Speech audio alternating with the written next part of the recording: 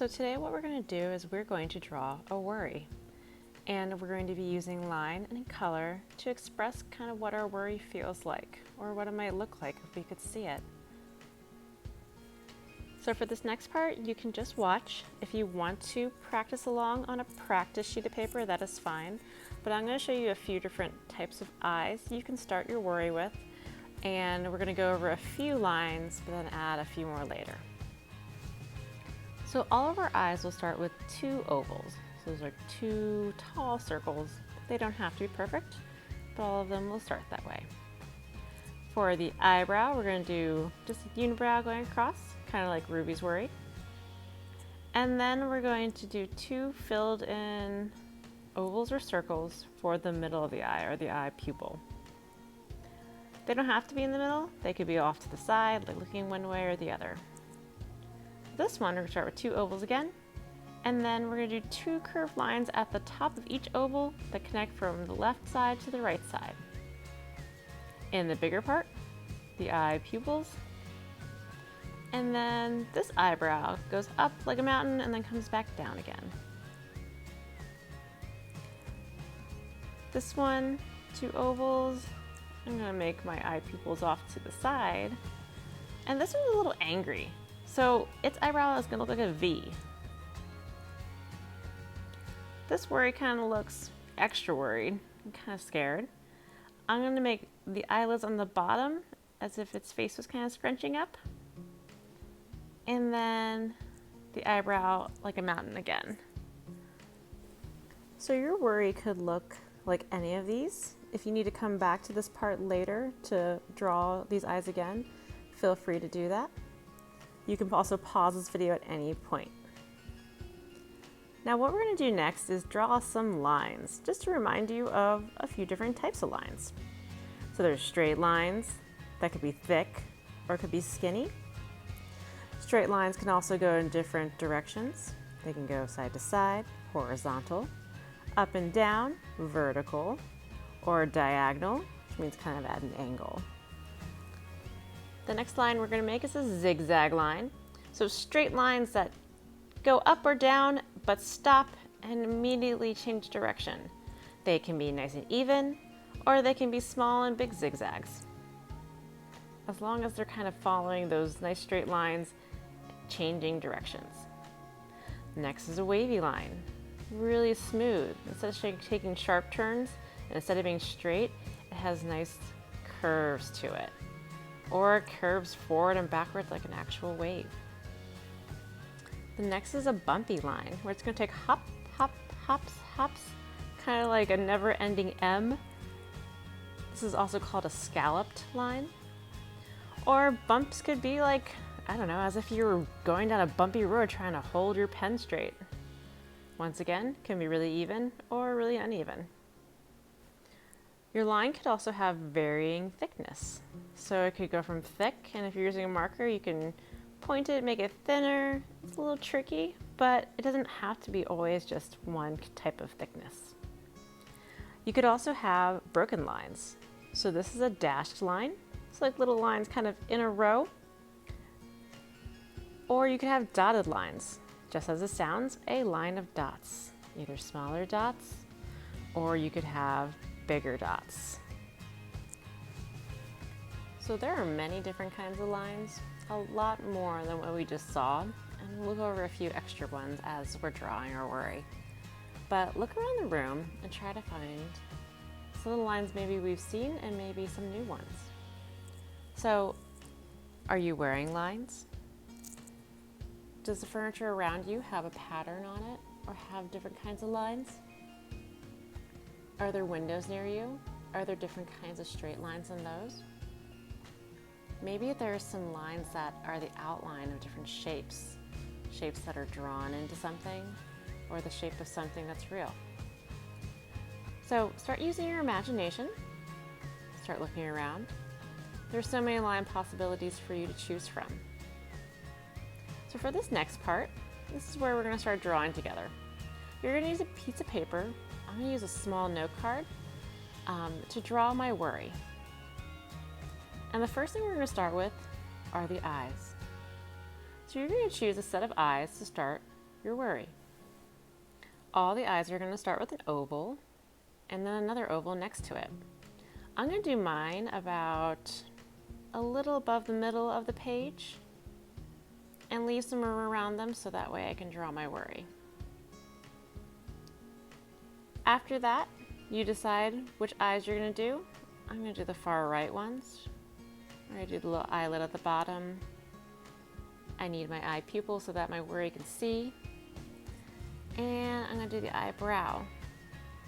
Now I'm using a pencil first, and then I'm going to go over it with marker.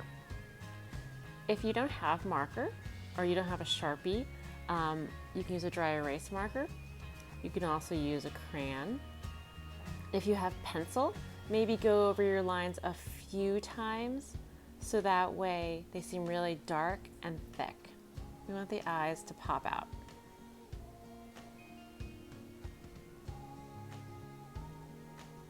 Awesome. So now that I have my eyes, and remember, if you can't remember how to draw the other eyes, you can go back in the video to see those. But now that I have my eyes, I'm going to think about different kinds of lines that represent what my worry kind of feels like to me. And your worry might be very different.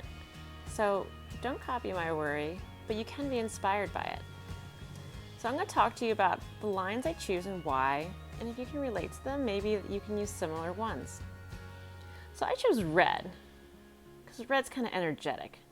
And I'm going to do a kind of uneven zigzag line, because sometimes my worry kind of feels like a really up and down roller coaster, and it feels red, it feels hot, it feels kind of urgent. And I'm going to do more than one.